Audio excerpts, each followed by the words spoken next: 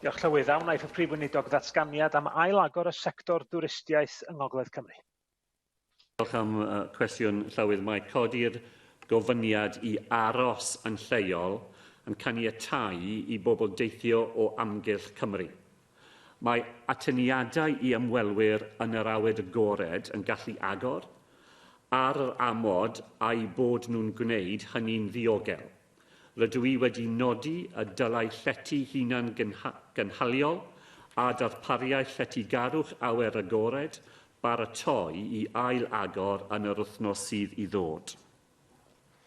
Diolch am yr ymateb yna. Dau beth hoffwn i codi yn gyntaf, apel unwaith eto am ymestyn y gefnogaeth i fusnesau twristiaeth a lletygarwch. Mae colli cymaint o'i tymor yn golygu bod nhw'n barod wedi colli cyfran sylweddol o'i trosiant blynyddol ac efo amser yn brin iawn i wneud i fyny am hynny wrth gwrs.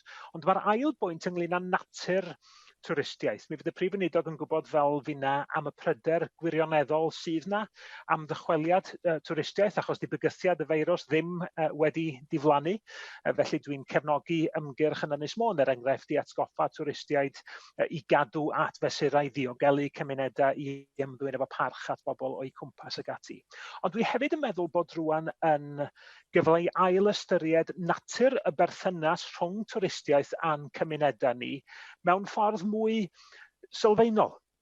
Felly, ydy'r Prif Weinidog yn gytuno efo fi a chynrychiolwyr twristiaeth, dwi wedi bod yn siarad efo nhw yn fy etholaeth i, bod angen defnyddio y cyfnod yma i osod sylfaenu am fath newydd o dwristiaeth sy'n rhoi mwy o berchnogaeth a rheolaeth lleol dros dwristiaeth sy'n gwneud y sector yn fwy cynaliadwy, yn ymateb i bryderon lleol am effaith gor dwristiaeth ac yn uchafu bydd economaidd lleol.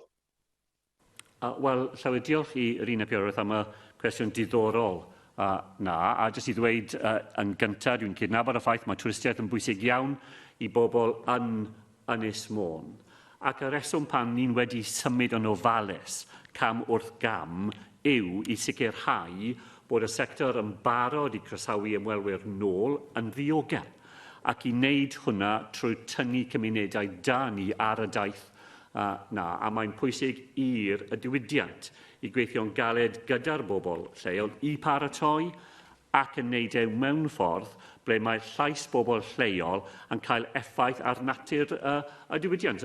Beth mae Rina Piorwth yn ddweud am y cyfle sydd da ni i ailfeddwl am hwnna yw rhywbeth pwysig. A pan dwi wedi siarad gyda'r grŵp ni wedi tynnu dy gilydd a ges i cyfle i wneud hwnna yn diweddar ar y 19 o Fehefin, un peth oedd yn taro fi oedd a pwynt oedd pobl yn y grŵp yn codi, mae nhw'n awyddus. Mae nhw'n awyddus i defnyddio'r cyfle sydd da nhw.